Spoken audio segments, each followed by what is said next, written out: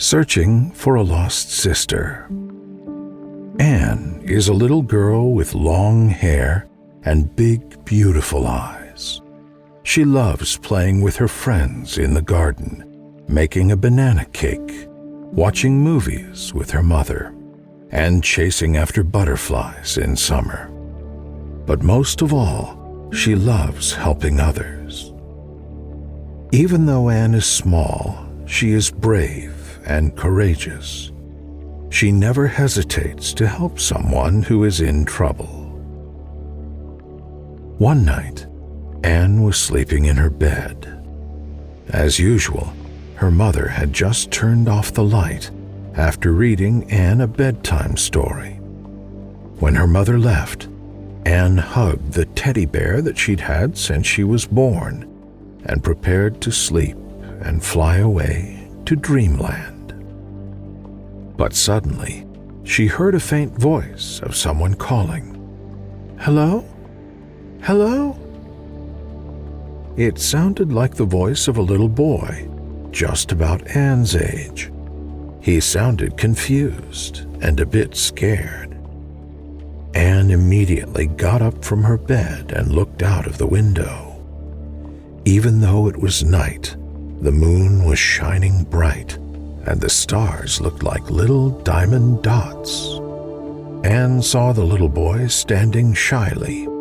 His eyes looked wet. Anne realized that the boy had been crying. "Hello," Anne greeted and waved. The boy looked up and saw Anne.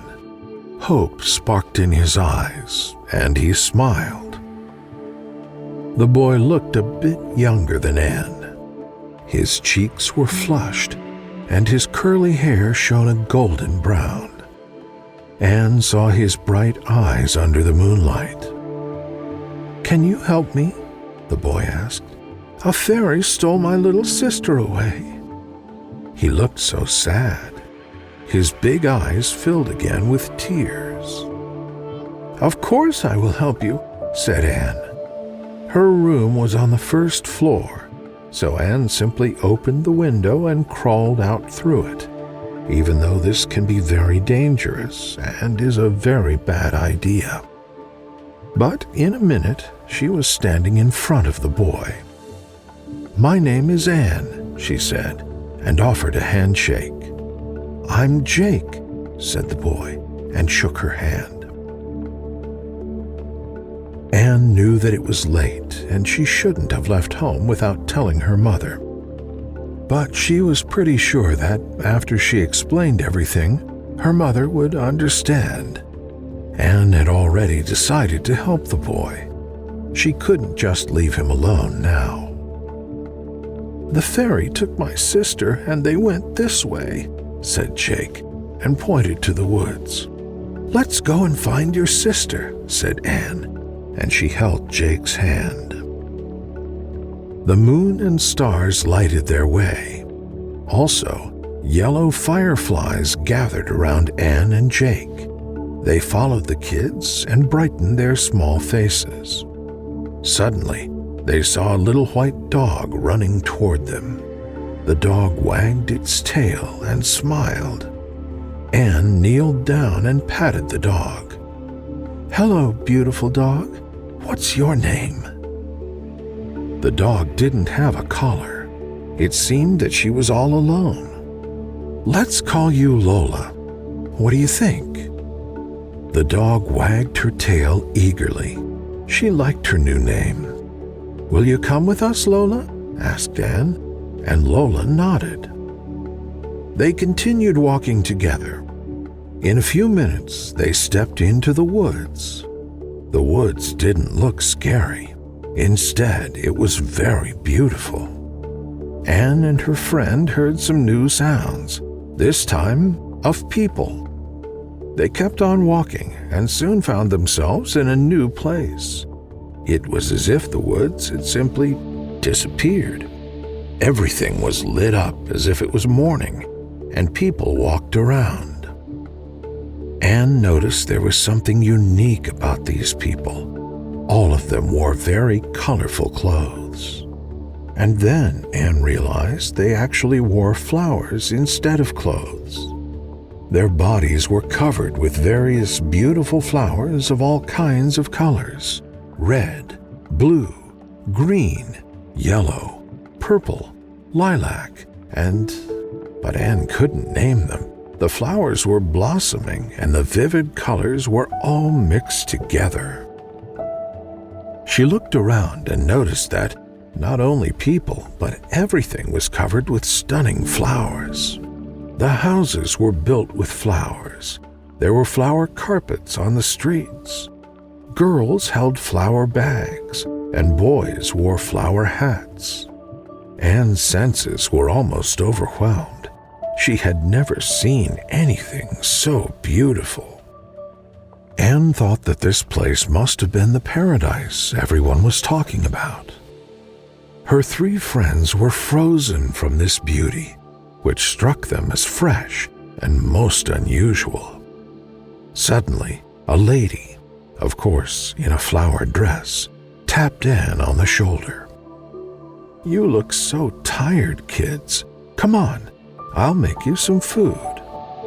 The lady opened a cafe door, and the 3 friends sat down at a table.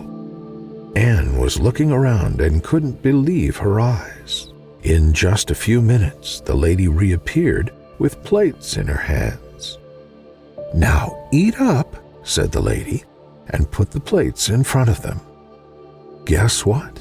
There was no food on the plate. There were only flowers. Anne, Jake, and Lola looked at each other with confused faces. But then Anne smelled the flowers, and the delicious scent teased at her nose. She was so hungry she couldn't wait any longer, and Anne tasted the red flower, which looked like a cherry on ice cream. "It's so tasty," Anne said. The flower food was so delicious, Anne's plate was clean in just 2 minutes. Jake and Lola ate the flowers too, and now they were dozing off. Anne felt her eyes closing too. Before they dropped off to sleep, Anne thanked the lady and asked her if she knew where the fairies lived. "If you want to find fairies, you have to follow this path." The lady pointed at the path, which was disappearing into the darkness. As soon as these words reached their ears, Anne and her 2 friends fell fast asleep. They woke up later in the woods, but it was early morning.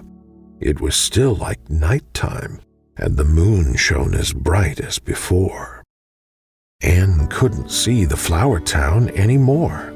It had vanished. "Where are the flowers?" asked Jake. Anne didn't know. She shook her head, but then she noticed the path the flower lady had shown them.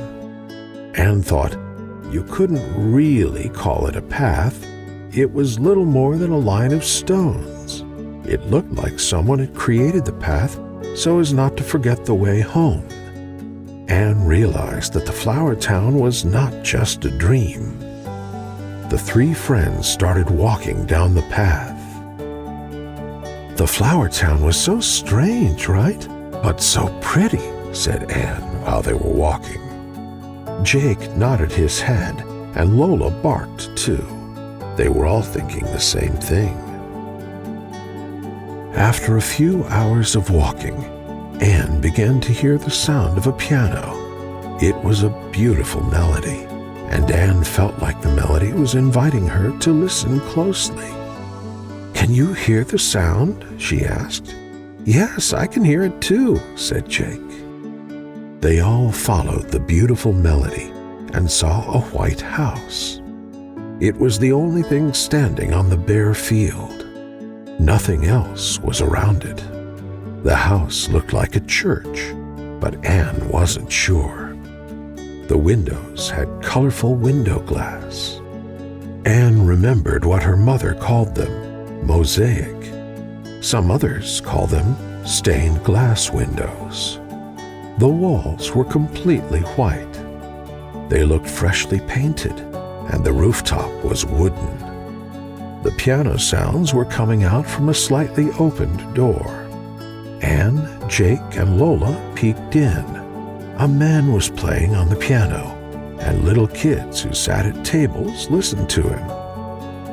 The man had a big mustache. He wore a long hat, and layers of his favorite white shirt were up to his chin. Anne had seen people dressed like him on TV when her mother said that she was watching a film about the old days. There were no light bulbs in the room. Instead, it was lit with candles. The tall candles stood in every corner. The man noticed the three friends quietly slipping into the room, and he stopped playing the piano. "Come in, everyone's welcome here." He stood up and spread his hands. The man had a warm smile on his face. As soon as the kids saw Lola, they ran to her and started hugging, kissing, and petting her.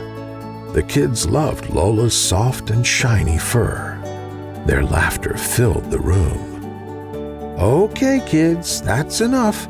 Let them in," said the man, and fully opened the door. Anne, Jake, and Lola went in. The kids scooched over so the three visitors could sit next to them. "So, what brought you here?" "We're looking for my little sister. A fairy stole her from me," said Jake. His face was very sad. Anne knew how much Jake missed his little sister. "Oh, the fairies. I know them. We all know fairies," said the man, and the kids nodded their heads. The man continued, "They live in high towers and have very long silver hair. They used to sing very cheerful songs, but lately their songs are very sorrowful." Anne didn't understand the word sorrowful, but she realized it wasn't a good thing. "If you want to see them, you have to go this way," said the man, and pointed right. Anne and her friends prepared to leave, but the man said, "Listen to the sound of our piano before you go. It will make you stronger," and he started playing again. Children moved their heads to the rhythm of the melody. Anne listened to the song, and she felt her tiredness fading away. Jake and Lola looked livelier too. The melody was beautiful and sounded like a lullaby. When the man finished playing, the three friends thanked him and left to continue their journey.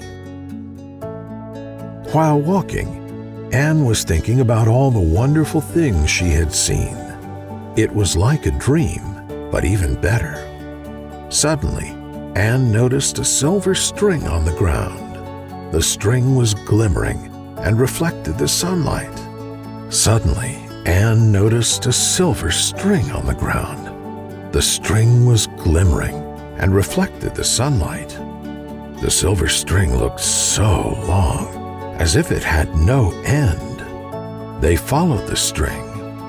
Anne's intuition told her that it would lead them to the town of white fairies. She wasn't mistaken. Anne and her friends soon found themselves surrounded by fairies. As the piano man had said, the fairies had long silver hair, and their town was filled with high towers. They were built with white bricks and were so high they disappeared into the sky.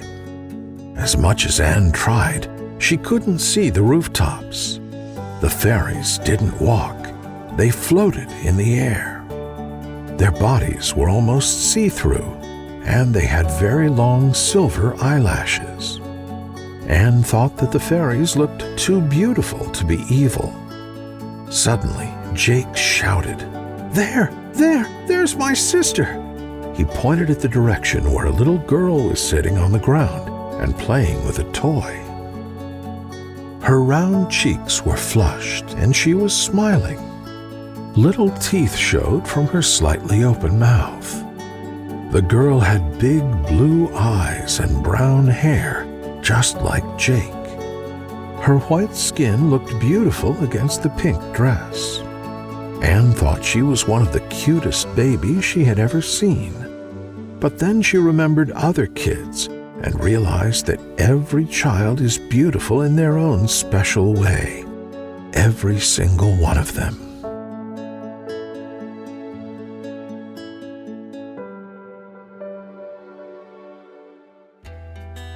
One white fairy was standing beside the playing baby and guarding her. She stood with folded arms and straightened back. The white fairy stood like she was ready to fight with anyone who tried to take the baby away from her. Anne was thinking what to do next when Jake ran to his sister. "Olivia, Olivia, I'm here, I'll take you home," he was crying while rushing to the baby. But suddenly the white fairy that was guarding Olivia turned around. She grabbed Jake's arm and flew up in the air. Jake screamed from fear.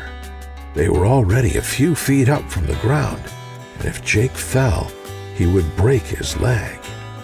All this happened in the blink of an eye. When Anne realized what was happening, she ran to the fairy, but it was too late. They were already up in the air. "Leave my baby or I will let your hand go," the fairy was telling Jake. "She's not your baby. Olivia is my sister." "What? She is my daughter."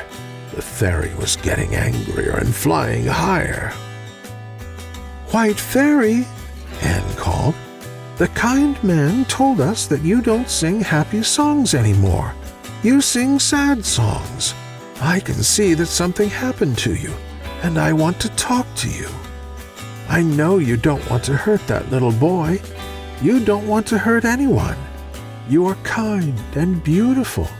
Your heart and soul are beautiful. Even if you want to look evil, I can see the kindness in your eyes, and I can feel it too."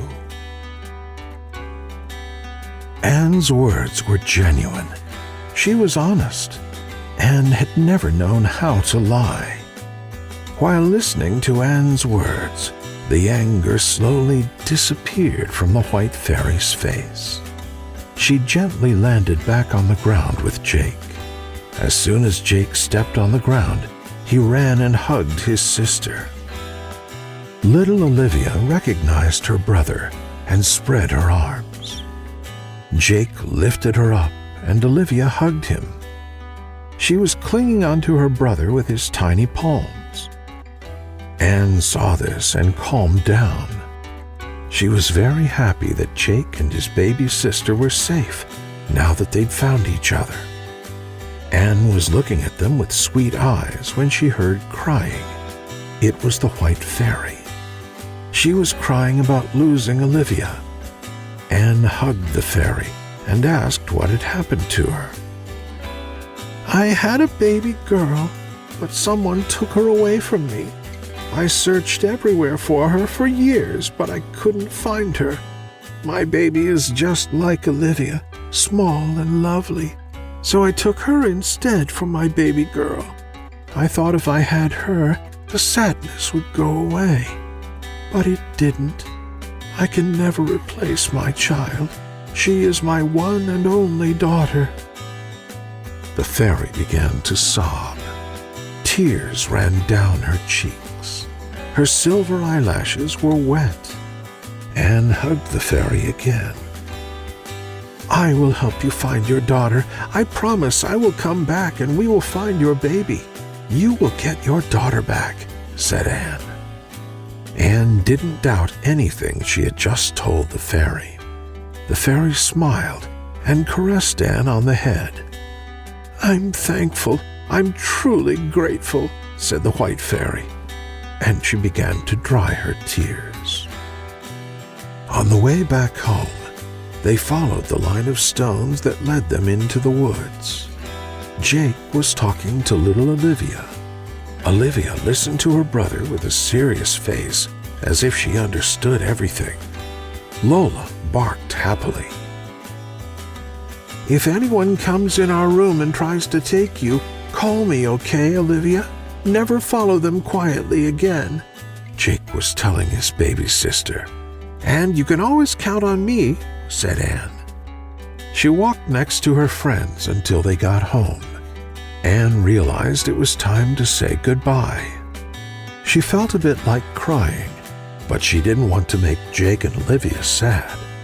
So instead, she smiled. After all, Anne could visit her friends anytime. "You will stay with us, right, Lola?" Jake asked the dog. Lola happily wagged her tail. Now she would have a home and a sweet family. Jake turned to Anne. "Anne, thank you again. We could have never found my little sister without you," said Jake, and he hugged Anne. Olivia and Lola hugged her too. 4 friends were hugging each other so tightly that you could see they didn't want to let go. Anne knew this kind of friendship was rare, and that she should always cherish good friendships. Anne promised herself that she would never forget Jake, Olivia, and little Lola. They had already become part of Anne's life, and Anne a part of theirs. After a few hours, Anne crawled back into her bedroom through the window. The sun was slowly rising, and the lights flickered on the green branches. This whole adventure had happened all during the same night. Anne laid down in her bed and hugged her teddy bear.